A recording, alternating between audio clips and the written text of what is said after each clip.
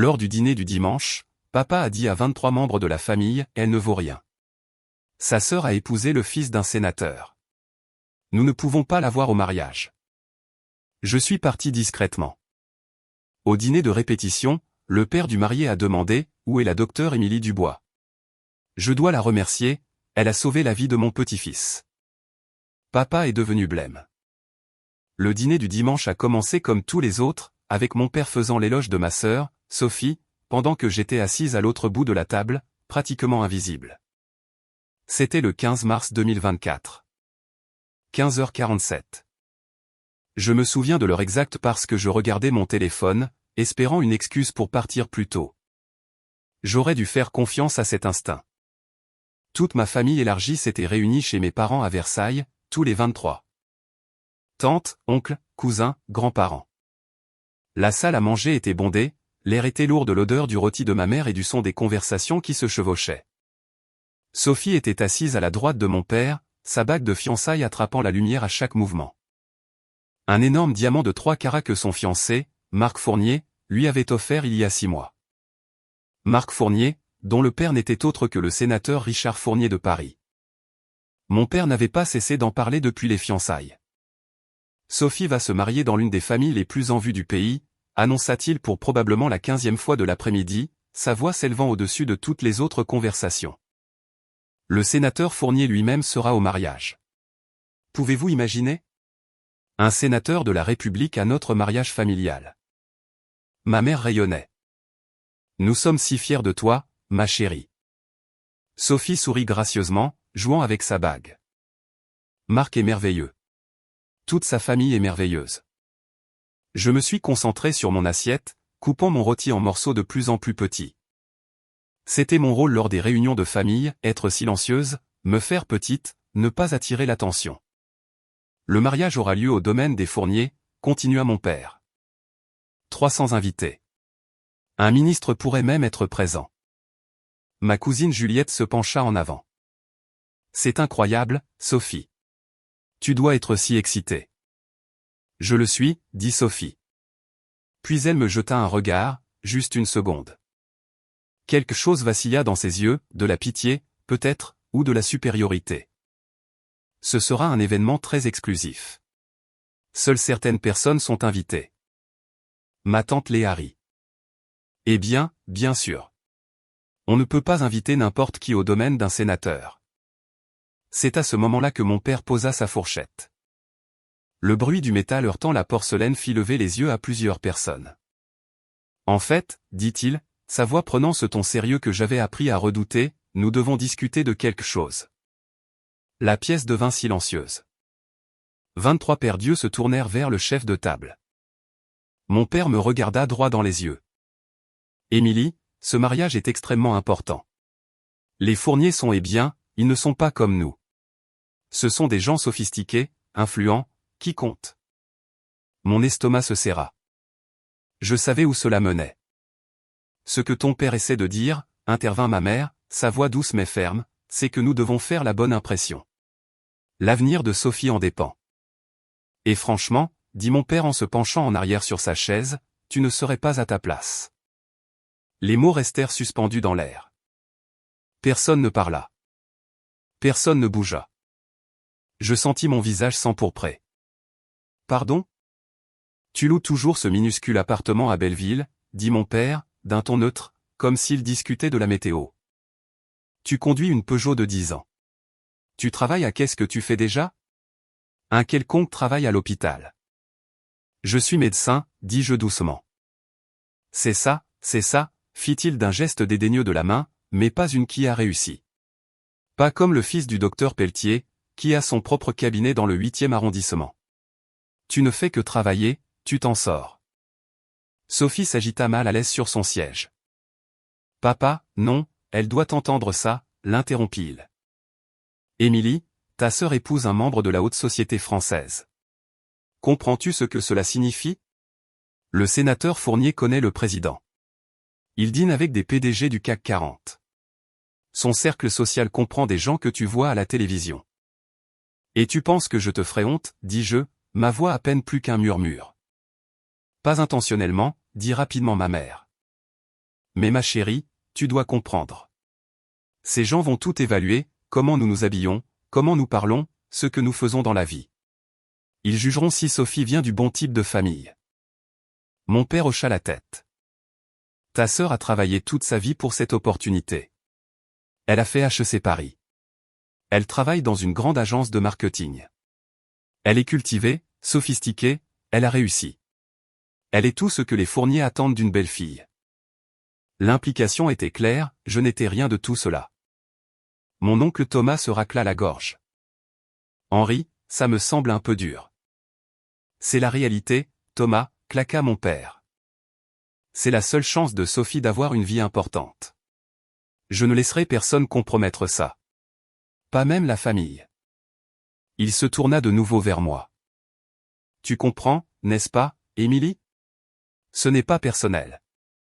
C'est juste pratique. Je regardais autour de la table. Ma mère évitait mon regard. Sophie fixait son assiette. Ma grand-mère avait l'air mal à l'aise mais ne dit rien. Mes cousins, tantes, oncles, tout le monde trouva autre chose à regarder. Personne ne me défendit. Pas une seule personne. Donc, je ne suis pas invité au mariage de ma propre sœur, dis-je. C'est mieux ainsi, dit mon père. Tu te sentirais mal à l'aise de toute façon. Tous ces gens qui ont réussi, toute cette richesse et ce pouvoir. Tu serais mal à l'aise. De plus, intervint enfin Sophie, la voix basse, la famille de Marc est très pointilleuse sur la liste des invités. Ils veulent connaître tous ceux qui viennent. Et quand ils ont posé des questions sur toi, je ne savais pas vraiment quoi dire. Je veux dire, que fais-tu exactement? Quelque chose se brisa en moi. Je suis chirurgienne cardiaque pédiatrique. Mon père fronça les sourcils. Quoi? Je suis chirurgienne cardiaque pédiatrique à l'hôpital Necker, répétai-je, plus fort cette fois. J'opère le cœur des enfants.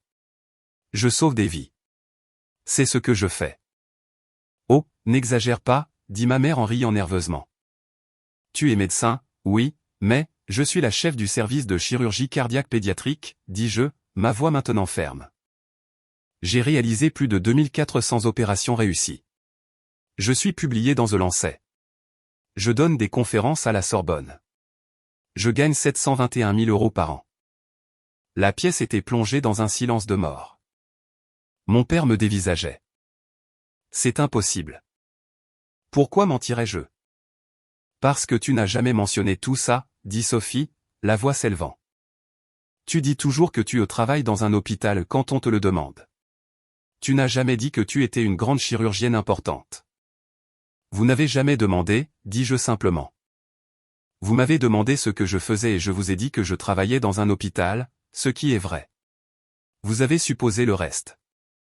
Le visage de mon père devenait rouge. Si tu as tant de succès, pourquoi vis-tu dans un minuscule appartement? Pourquoi conduis-tu cette vieille voiture? Parce que je ne me soucie pas d'impressionner les gens, dis-je. Je vis à Belleville parce que c'est près de l'hôpital. Je conduis une vieille voiture parce qu'elle m'emmène là où je dois aller. Je dépense mon argent pour des choses qui comptent. Je fais des dons à des œuvres de charité pour enfants. Je finance la recherche médicale. Je rembourse mes prêts étudiants. Je ne te crois pas, dit mon père catégoriquement. Je pris mon téléphone, affichai ma carte d'identité de l'hôpital et la fis glisser sur la table. Docteur Émilie Dubois, chef de la chirurgie cardiaque pédiatrique. Il la fixa. Ma mère se pencha pour regarder. Sophie la lui arracha des mains, le visage blême. Ça ne change rien, dit mon père en repoussant le téléphone vers moi. Même si c'est vrai, tu as passé des années à nous faire croire que tu n'étais personne. Tu nous as laissé croire que tu étais un échec. Quel genre de personne fait ça? Le genre de personne qui voulait voir si sa famille l'aimait pour qui elle était, pas pour ce qu'elle avait accompli, dis-je. C'est de la manipulation, siffla Sophie. Non, dis-je en me levant. Ce qui est de la manipulation, c'est de désinviter ta sœur de ton mariage parce qu'elle ne correspond pas à ta nouvelle image. Je regardai une dernière fois autour de la table. 23 visages me fixaient, certains choqués, certains confus, certains en colère. Pas un seul n'avait l'air désolé. Profitez bien du mariage, dis-je. J'espère que ce sera tout ce que vous vouliez. Je suis sorti de cette maison à 16h23. Je suis monté dans ma vieille Peugeot et je suis retourné à mon appartement à Belleville. Je n'ai pas pleuré. Je n'ai pas crié. Je me sentais juste vide. Mon téléphone a commencé à sonner presque immédiatement. Ma mère, puis mon père. J'ai refusé chaque appel. À 23h47, Sophie a envoyé un texto. Tu es dramatique. On peut en parler comme des adultes. J'ai bloqué son numéro. Le lendemain matin, ma mère s'est présentée à mon appartement. Je ne l'ai pas laissée entrer. Émilie, s'il te plaît, dit-elle à travers la porte. Ton père ne le pensait pas comme ça sonnait. Comment le pensait-il? Silence. C'est bien ce que je pensais, dis-je. Elle est partie.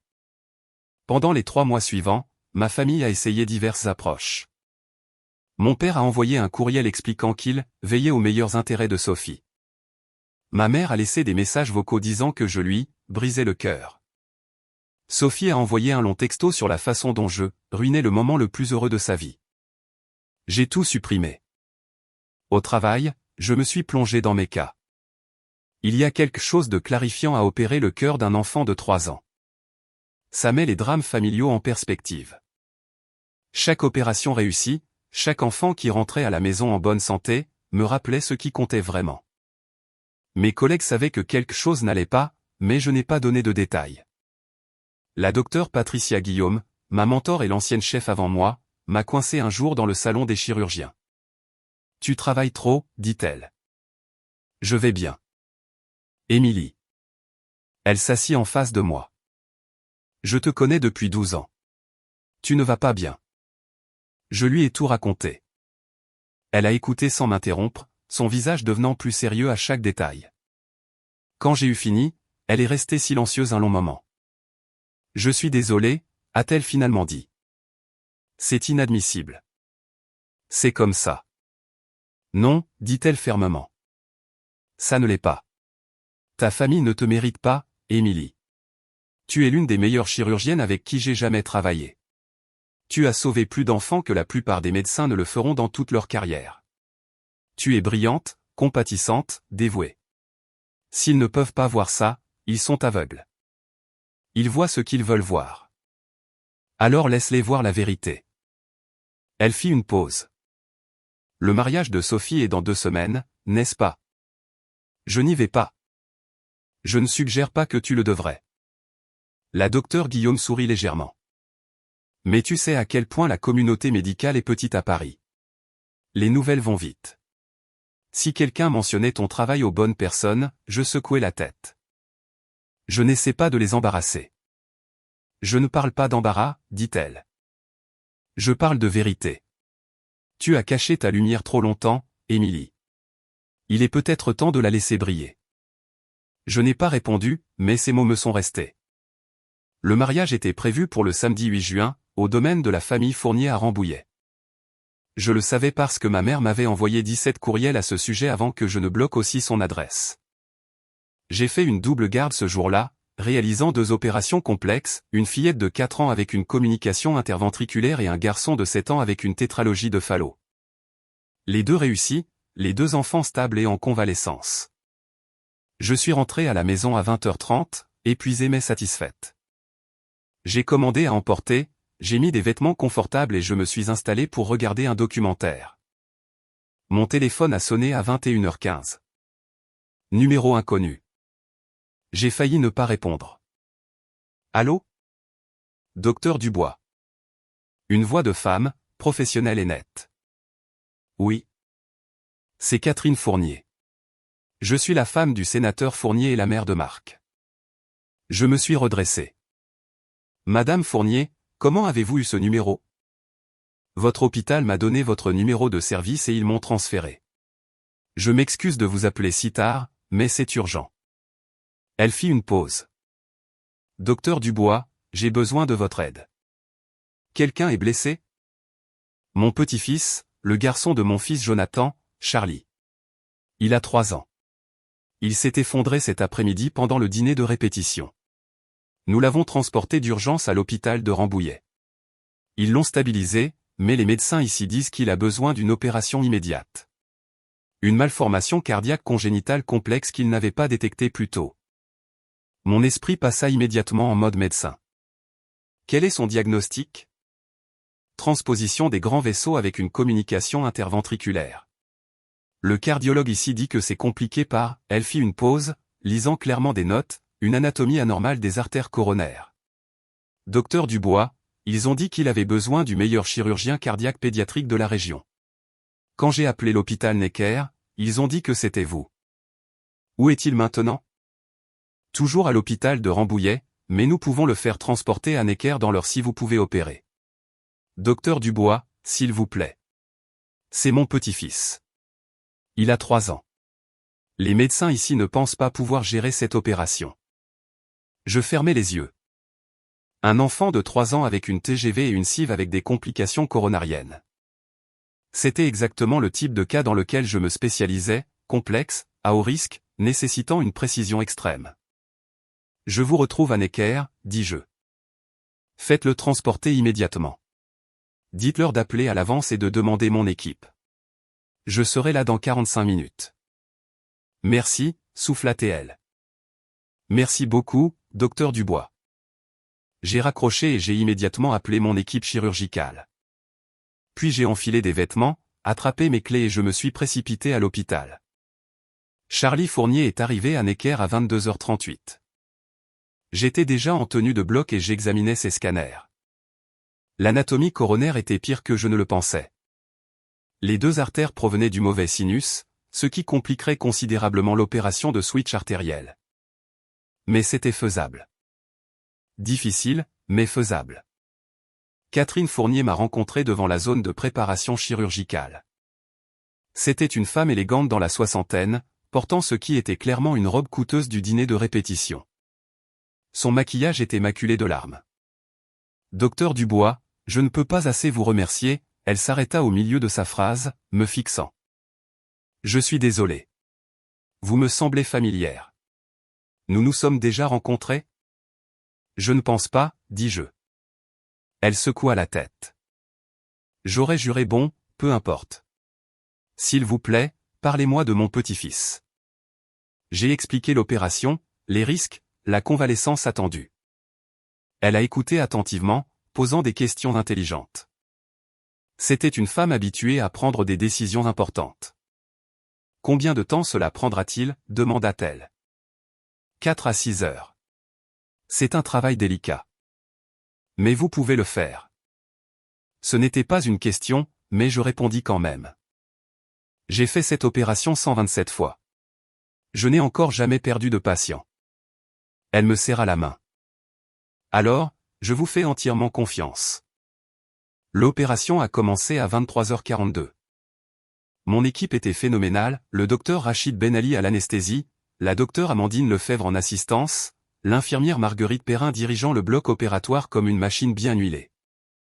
Le switch artériel s'est déroulé sans encombre malgré l'anatomie coronaire inhabituelle. J'ai soigneusement détaché les grandes artères, les ai inversées et les ai reconnectées à leurs ventricules appropriés. Puis j'ai réparé la cive et réimplanté les artères coronaires à leur place correcte. Chaque point de suture devait être parfait. Une erreur, et cet enfant pourrait mourir sur ma table. À 4h17 du matin, j'ai placé la dernière suture. Fermeture, ai-je annoncé. À 5h30, Charlie était stable et transféré aux soins intensifs de cardiologie pédiatrique. J'ai trouvé Catherine Fournier dans la salle d'attente avec le sénateur Fournier lui-même et leur fils, Jonathan, le père de Charlie. Tous les 3 avaient l'air épuisés et terrifiés. Il va s'en sortir, dis-je immédiatement. Catherine fondit en larmes. Jonathan attrapa l'épaule de son père, ses propres yeux s'emplissant de larmes. Le sénateur Fournier, un homme que j'avais vu d'innombrables fois à la télévision, toujours posé et imposant, semblait sur le point de s'effondrer de soulagement. L'opération a été un succès, continuai-je. Son cœur fonctionne normalement. Sauf complication, il devrait se rétablir complètement. Pouvons-nous le voir, demanda Catherine.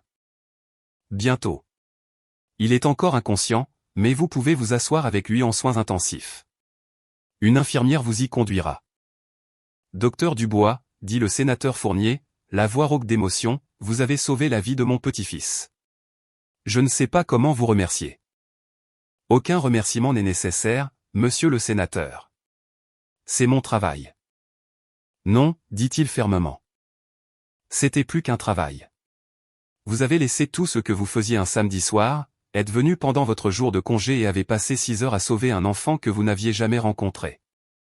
Ce n'est pas seulement un travail. C'est une vocation. Je souris légèrement. J'aime ce que je fais. Catherine me prit les mains. Vous devez venir au mariage aujourd'hui. S'il vous plaît. J'insiste.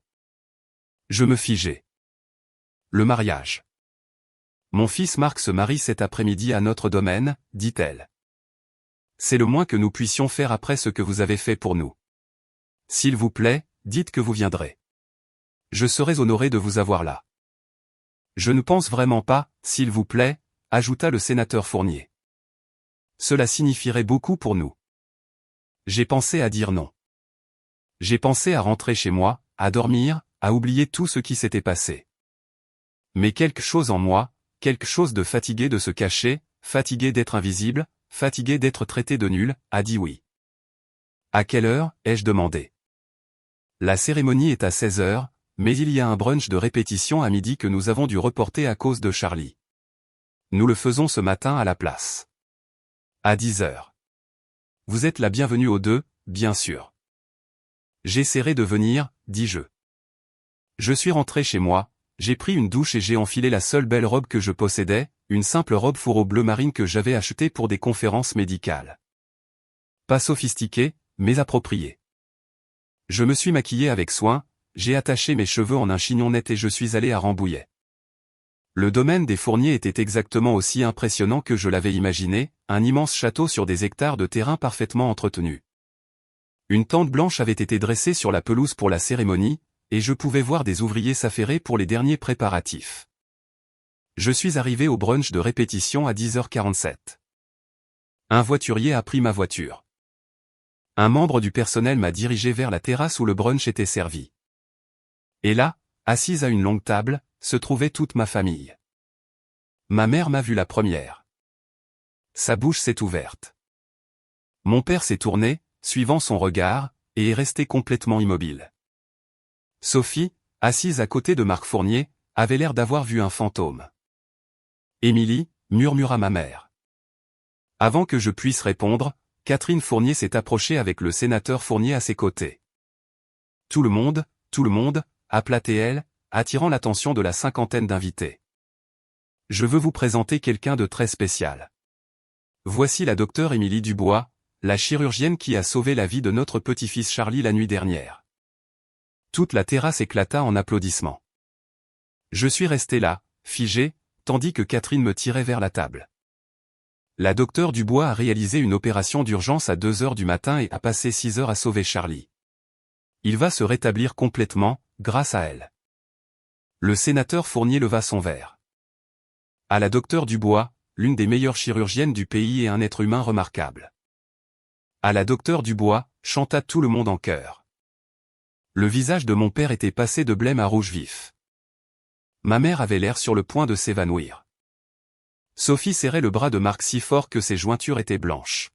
« S'il vous plaît, asseyez-vous avec nous », dit Catherine en me guidant vers la table d'honneur, juste à côté de l'endroit où mes parents étaient assis. Je m'assis. Mon père ouvrit la bouche, la referma, puis l'ouvrit à nouveau. « Émilie, réussit-il finalement à dire. « Qu'est-ce que tu fais ici ?» Madame Fournier m'a invité, dis-je calmement. « Mais comment connais-tu les Fournier ?» Je vous l'ai dit, dit Catherine, ayant entendu. Elle a sauvé la vie de Charlie. Mon petit-fils a subi une opération cardiaque d'urgence la nuit dernière. La docteure Dubois est la chef de la chirurgie cardiaque pédiatrique à Necker. Ma mère émit un petit son d'étouffement. Marc se tourna vers Sophie. Ta sœur est la docteure Émilie Dubois ? La docteure Émilie Dubois. Sophie hocha la tête, muette. Chérie, dit Marc, la voix confuse, pourquoi n'as-tu pas mentionné que ta sœur est l'une des chirurgiennes cardiaques pédiatriques les plus renommées de France ? Mon père essaie d'obtenir un rendez-vous avec elle depuis des mois. Elle a conseillé sur la politique de santé. Elle a révolutionné les techniques chirurgicales. Je ne savais pas, murmura Sophie. Comment pouvais-tu ne pas savoir que ta propre sœur est célèbre, demanda Marc. Je ne suis pas célèbre, intervins-je doucement. Je suis juste bonne dans mon travail. Juste bonne? Le sénateur Fournier rit. Docteur Dubois, vous êtes modeste. J'ai lu vos articles sur la chirurgie cardiaque mini-invasive chez les nourrissons. Un travail révolutionnaire. La communauté médicale vous considère comme l'une des plus grandes expertes dans le domaine. Mon père me regardait comme s'il ne m'avait jamais vu auparavant.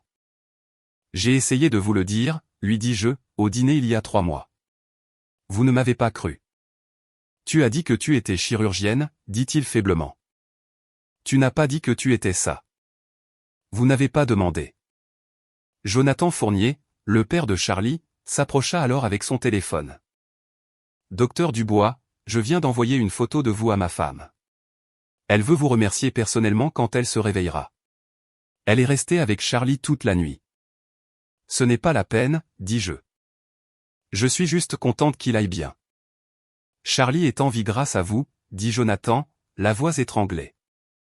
Mon fils va pouvoir grandir parce que vous avez été prête à tout laisser tomber un samedi soir. Notre famille vous doit une dette que nous ne pourrons jamais rembourser. Il me serra fort dans ses bras. Par-dessus son épaule, je pouvais voir ma famille regarder. Les yeux de ma mère étaient remplis de larmes. Mon père avait l'air d'avoir reçu un coup de poing dans l'estomac. Sophie chuchotait de toute urgence à Marc. Le brunch continua. J'ai essayé de manger, mais les gens n'arrêtaient pas de venir me remercier, me poser des questions sur mon travail, me parler de leurs propres membres de famille ayant des problèmes cardiaques. Catherine m'a présenté à ce qui semblait être chaque invité, répétant à chaque fois l'histoire de l'opération de Charlie. Ma famille ne dit rien. Ils restèrent assis là, regardant les Fournier et leurs invités me traiter comme une héroïne honorée. À un moment donné, mon père a essayé de s'approcher de moi. Émilie, nous devons parler. Pas maintenant, dis-je doucement. Mais, pas maintenant, papa. Il se retira. La cérémonie de mariage à 16h était magnifique. Marc et Sophie ont échangé leurs vœux sous la tente blanche pendant que 300 invités regardaient. Sophie était éblouissante dans sa robe Dior. Marc avait l'air heureux. J'étais assise au 5e rang, à côté d'un député et d'un juge à la cour de cassation. Ma famille était assise au 2e rang, mais je pouvais sentir leur regard se tourner vers moi tout au long de la cérémonie. À la réception, Catherine insista pour que je m'assoie à la table familiale. « Vous avez sauvé la vie de Charlie, dit-elle. Vous faites partie de la famille maintenant. » Ainsi, je me suis assise à la table d'honneur à côté du sénateur Fournier tandis que mes parents et ma famille élargie étaient assis à la table 7. Pendant le dîner, le sénateur se pencha vers moi. « Je dois vous demander, docteur Dubois, votre famille semble surprise de votre présence. » « Nous ne sommes pas très proches, dis-je prudemment. Il m'étudia un instant. « Je vois. Eh bien, leur perte est notre gain. Je pensais ce que j'ai dit à propos de vouloir vous rencontrer. Je travaille sur une législation sur les soins de santé, en particulier concernant l'accessibilité des soins cardiaques pédiatriques. J'aimerais avoir votre avis. Je serais heureuse d'aider, monsieur le sénateur. S'il vous plaît, appelez-moi Richard. » À 20h30, alors que la réception battait son plein, ma mère m'a finalement coincé près de la table des desserts. « Émilie, s'il te plaît. Nous devons parler. » « De quoi ? » ?»« De tout. De ce que ton père a dit à propos du mariage. » Elle fit un geste impuissant, « Tout ça. » « Que veux-tu que je dise, maman ? » ?»« Je veux que tu nous pardonnes, dit-elle, les larmes coulant sur son visage. Nous avons fait une terrible erreur. Nous ne savions pas. Vous ne vouliez pas savoir, l'interrompis-je. J'ai essayé de vous le dire. À ce dîner, je vous ai dit que j'étais une chirurgienne cardiaque. Papa a dit que j'exagérais. Tu as ri. Nous n'avons pas compris. Vous n'avez pas cherché à comprendre. Je n'étais pas assez bien pour le mariage de Sophie parce que je ne correspondais pas à votre image. Parce que je conduisais une vieille voiture et que je vivais à Belleville. Vous m'avez jugé sur les apparences, pas sur qui je suis réellement. Nous sommes désolés, sanglota-t-elle. Êtes-vous désolé pour ce que vous avez fait? Ou êtes-vous désolé de vous être trompé? Elle ne répondit pas. C'est bien ce que je pensais, dis-je. Mon père apparut alors, le visage tiré. Émilie, ta mère a raison. Nous avons fait une erreur. Une terrible erreur. Mais tu dois comprendre, je n'ai rien à comprendre, dis-je. Tu m'as traité de nul devant toute la famille. Tu as dit que je ferais honte à Sophie. Tu m'as désinvité du mariage de ma propre sœur parce que tu avais honte de moi. Nous ne savions pas que tu avais réussi, dit-il désespérément. Est-ce que ça aurait changé quelque chose si je n'avais pas réussi, demandai-je. Si j'avais été juste un médecin ordinaire gagnant un salaire ordinaire, menant une vie ordinaire, est-ce que ça m'aurait rendu nul? Est-ce que ça aurait justifié de m'exclure? Il ouvrit la bouche, mais aucun mot ne sortit. Vous m'avez appris que ma valeur en tant que personne dépend de ce que j'accomplis, de l'argent que je gagne, de qui je connais. Vous m'avez appris que l'amour est conditionnel, que la famille est conditionnelle. Je fis une pause. Eh bien, félicitations. J'ai appris la leçon. Émilie, s'il te plaît, je dois y aller, dis-je. J'ai un patient à voir. Je me suis éloigné d'eux, à travers la réception, dépassant les invités qui dansaient, les arrangements floraux élaborés et la sculpture de glace en forme de 2 cygnes. J'ai trouvé Catherine et je l'ai remerciée pour son hospitalité. J'ai félicité Marc et Sophie, qui ont à peine réussi à me parler, puis je suis parti. Je suis retourné à Necker et j'ai vérifié Charlie. Il était réveillé, groggy mais stable. Ses parents étaient là, épuisés mais reconnaissants. Comment te sens-tu, mon grand, ai-je demandé à Charlie. Il m'a fait un faible pouce en l'air. Tu es un dur à cuire, dis-je. Tu vas très bien t'en sortir. Sa mère, Amandine, me prit la main. Merci, docteur Dubois. Merci de m'avoir rendu mon fils. De rien. C'est ça, mon travail. À la fin de la journée, je sais que j'ai fait une différence réelle et tangible dans le monde. Je sauve des vies. Je rends les enfants à leurs parents. Je rends leur avenir aux enfants. Ma famille ne pourrait jamais comprendre ça parce qu'ils mesurent le succès en signes d'euros, en statut social et en apparence. Ils n'ont pas vu ma valeur parce que je ne l'ai pas affichée. Je ne portais pas de vêtements chers, ne conduisais pas de voiture de luxe ou ne citais pas de noms connus dans les soirées. Je faisais juste mon travail. Je sauvais des vies, et c'était assez pour moi. La semaine suivante, mon téléphone n'a pas cessé de sonner. Mon père a appelé 47 fois. Ma mère a appelé 53 fois. Sophie a appelé 31 fois. Divers tantes, oncles et cousins ont appelé plus de 60 fois au total. Je n'ai pas répondu. Ils ont envoyé des courriels, des textos, même des lettres livrées à mon immeuble, tous disant la même chose, nous sommes désolés. Nous avons fait une erreur. S'il te plaît, pardonne-nous. S'il te plaît, reviens dans la famille. Certains étaient sincères. La lettre de ma grand-mère était sincère et pleine de remords. Le courriel de l'oncle Thomas était réfléchi et reconnaissait leur échec. Mais la plupart concernaient ce que je pouvais faire pour eux maintenant. Ma cousine Juliette voulait que je regarde le dossier médical de sa fille. Tante Léa a demandé si je pouvais faire entrer son mari dans un essai clinique. Mon père a envoyé un courriel sur le fait qu'avoir une chirurgienne célèbre dans la famille serait merveilleux pour leur statut social. Même Sophie a envoyé un long texto sur le fait que la famille de Marc n'arrêtait pas de poser des questions sur moi et si je pouvais s'il vous plaît assister à des dîners avec eux. Ils n'avaient toujours pas compris. 3 semaines après le mariage, Catherine Fournier m'a invité à déjeuner chez elle, juste nous deux. Je voulais m'excuser, dit-elle devant du saumon et des asperges, de vous avoir mise dans cette position au mariage. Je ne connaissais pas votre situation familiale. Vous n'avez rien à vous reprocher, dis-je. Vous m'avez invité parce que j'ai aidé Charlie. C'est tout. Néanmoins, dit-elle, c'était clairement inconfortable pour vous. J'ai vu la réaction de votre famille, le choc sur leur visage. Elle fit une pause. Ils ne savaient pas, n'est-ce pas? À propos de votre carrière. Ils savaient que j'étais médecin. Ils ont juste supposé que je n'avais pas réussi. Pourquoi les avez-vous laissé penser ça? J'ai réfléchi à la question. Parce que je voulais savoir s'il m'aimerait quand même, si j'étais suffisante en étant juste moi, sans le titre, le salaire ou le prestige. Je souris tristement. Il s'avère que je ne l'étais pas. Catherine tendit la main sur la table et me serra la main. C'est leur perte, Émilie. Vraiment.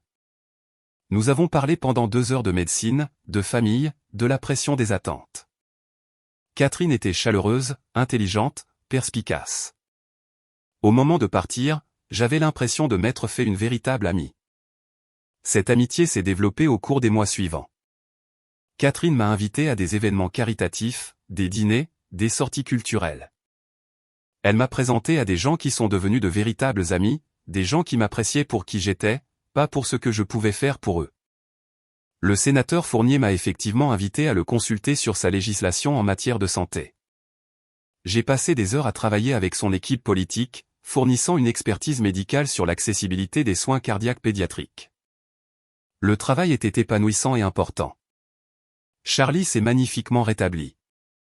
Je le voyais pour des rendez-vous de suivi toutes les quelques semaines, le regardant devenir plus fort et en meilleure santé. Ses parents m'envoyaient des photos de lui courant, jouant, vivant la vie qu'il n'aurait peut-être pas eue sans cette opération. Ma famille a continué d'essayer. 6 mois après le mariage, ma mère s'est présentée à l'hôpital. La sécurité m'a appelé. Docteur Dubois, il y a une Patricia Dubois ici pour vous voir. Elle dit qu'elle est votre mère. Dites-lui que je suis en chirurgie. Serez-vous disponible plus tard? Non. À Noël, ils ont envoyé un énorme panier cadeau à mon appartement, chocolat de luxe, vin, produits gastronomiques, une carte signée par tout le monde. Tu nous manques. S'il te plaît, reviens à la maison.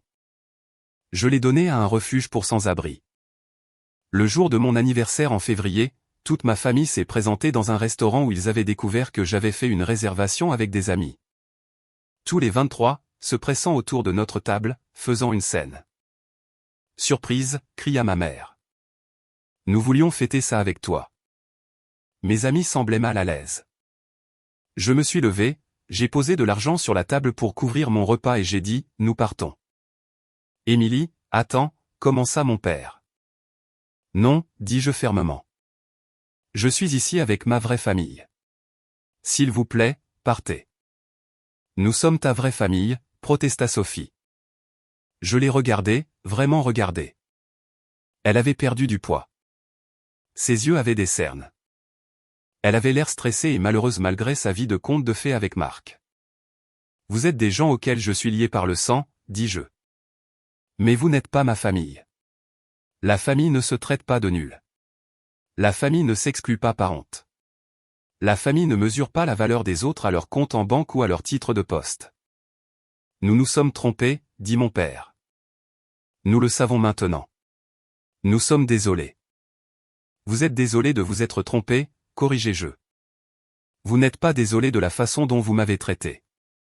Vous êtes désolé que je sois devenu quelqu'un d'important, quelqu'un qui aurait pu aider votre statut social. Si j'avais été juste un médecin ordinaire, vous penseriez toujours que vous étiez justifié. Le restaurant était devenu silencieux. Tout le monde regardait. S'il te plaît, supplia ma mère. Nous sommes une famille. Nous pouvons arranger ça. Non, dis-je, nous ne le pouvons pas. Parce qu'arranger ça exigerait que vous changiez fondamentalement votre façon de voir les gens, de mesurer la valeur, de définir le succès. Et je ne pense pas que vous en soyez capable. Je suis sorti avec mes amis. Ma famille ne m'a pas suivi. 1 an après le mariage, j'ai reçu une lettre de Sophie. Elle était différente des autres. Pas de supplication, pas d'excuses, pas de demande de pardon, juste de l'honnêteté. Elle a écrit sur la façon dont elle avait construit toute sa vie autour de la recherche de l'approbation de nos parents. Comment elle avait choisi sa carrière, ses amis, son mari en fonction de ce qui les impressionnerait. Comment elle avait été si concentrée sur l'apparence du succès qu'elle ne s'était jamais arrêtée pour considérer ce qui la rendait réellement heureuse. Elle a écrit que de me voir à son mariage avait brisé sa vision du monde. Que j'avais atteint un véritable succès, celui qui compte, celui qui sauve des vies, pendant qu'elle courait après les ombres de l'approbation. Elle a écrit qu'elle suivait une thérapie, qu'elle commençait à comprendre à quel point nos dynamiques familiales étaient toxiques, qu'elle essayait de construire une vraie relation avec Marc, basée sur l'amour plutôt que sur le statut. Elle a écrit qu'elle n'attendait pas de pardon, qu'elle ne le méritait pas, mais qu'elle voulait que je sache qu'elle était vraiment, sincèrement désolée pour qui elle avait été et ce qu'elle avait fait. J'ai lu la lettre 3 fois. Puis j'ai répondu. Pas le pardon, pas encore, mais la reconnaissance. Une ouverture. Une possibilité. Nous avons commencé à échanger des courriels, courts au début, sur les livres, la météo, des choses sans importance. Progressivement, nous avons commencé à partager davantage. Elle parlait de ses difficultés avec les attentes de nos parents. Je parlais de mon travail, de ma vie, de ma famille de cœur. C'était lent, craintif, comme apprendre à marcher sur de la glace. Mais c'était quelque chose. Mes parents, en revanche, je les ai gardés à distance. Ils envoyaient des cartes pour les fêtes, je ne répondais pas. Ils se présentaient aux conférences médicales où je parlais, je les faisais escorter par la sécurité. Ils ont essayé de me joindre par l'intermédiaire de collègues, d'amis, de toute personne qui aurait pu avoir un lien. Je suis resté ferme. 2 ans après ce dîner du dimanche, j'ai reçu le prix d'excellence pour l'ensemble de ma carrière de l'Association européenne de chirurgie cardio-thoracique. À 37 ans, j'étais la plus jeune lauréate de l'histoire de l'organisation. La cérémonie a eu lieu au Ritz Paris. Plus de 800 participants, chirurgiens, chercheurs, administrateurs de la santé du monde entier. Catherine et Richard Fournier étaient présents. Charlie, maintenant âgé de 5 ans et en pleine forme, m'a remis le prix. Amandine et Jonathan se tenaient à proximité, rayonnants. Mon discours d'acceptation a été bref. J'ai remercié mes mentors, mon équipe, mes patients et leurs familles. J'ai parlé du privilège d'avoir la confiance des vies d'enfants, de la responsabilité que nous portons en tant que médecins, de l'importance des soins compatissants. Je n'ai pas mentionné ma famille. Je n'en avais pas besoin. Mais ils étaient là, au dernier rang, tous, à regarder. Après la cérémonie, alors que je recevais les félicitations et prenais des photos, mon père s'est approché. « Émilie, dit-il doucement. C'était un beau discours. Merci. Je suis fier de toi. » Je l'ai regardé, vraiment regardé. Il avait vieilli en 2 ans. Plus de cheveux gris, des rides plus profondes autour de ses yeux. Il semblait plus petit, moins imposant. « Es-tu fier de ce que j'ai accompli ?» demandai-je. « Ou es-tu fier de qui je suis ?» Il hésita, et dans cette hésitation, j'ai eu ma réponse. « C'est bien ce que je pensais, » dis-je. « Émilie, s'il te plaît. »« J'essaie. »« Je sais que tu essaies, » dis-je, et je le pensais. Mais essayer n'est pas la même chose que comprendre. Tu es fier de la docteure Émilie Dubois, la lauréate, la célèbre chirurgienne, la personne qui connaît des sénateurs. Tu n'es pas fier d'Émilie, ta fille, qui a toujours été digne d'amour, indépendamment de ses réalisations. Je t'aime, dit-il, la voix brisée. Peut-être, dis-je. À ta manière. Mais ce n'est pas assez. Plus maintenant. Je me suis éloigné. Sophie m'a rattrapé à l'ascenseur. Nous échangions régulièrement des courriels à ce moment-là, nous rencontrant occasionnellement pour un café. Notre relation était encore fragile, en reconstruction, mais elle était réelle. Félicitations, dit-elle en me serrant dans ses bras. Tu le mérites. Merci. J'ai dit à Marc que je ne viendrais que si je pouvais m'asseoir à l'écart de maman et papa, dit-elle. Je devais être là pour toi, pas pour eux. Cela signifiait plus pour moi que le prix. Je suis contente que tu sois venu, dis-je. Nous avons descendu l'ascenseur ensemble, parlant de son nouveau travail. Elle avait quitté l'agence de marketing et avait commencé à travailler pour une organisation à but non lucratif. Le salaire était moins élevé, mais elle semblait plus heureuse. Dehors, Catherine et Richard attendaient avec Charlie. « Docteur Dubois » cria Charlie en courant vers moi. Il était en bonne santé, énergique, un garçon normal de 5 ans avec un brillant avenir. « Salut, mon grand » dis-je en le prenant dans mes bras. « Tu as aimé la fête ?» Le gâteau était bon, dit-il sérieusement. « Je peux en avoir un autre morceau ?» Tout le monde rit. Cette nuit-là, je suis rentré à mon appartement à Belleville, le même appartement où je vivais depuis des années.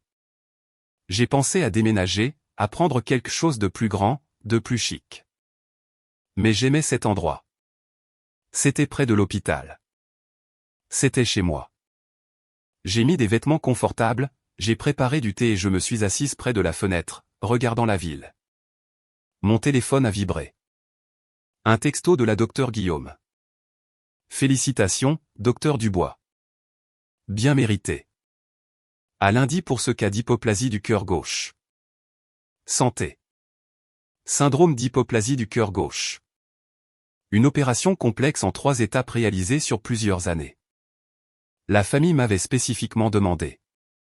J'ai répondu par texto. Je ne manquerai ça pour rien au monde. C'est ça, ma vie maintenant. Elle est pleine.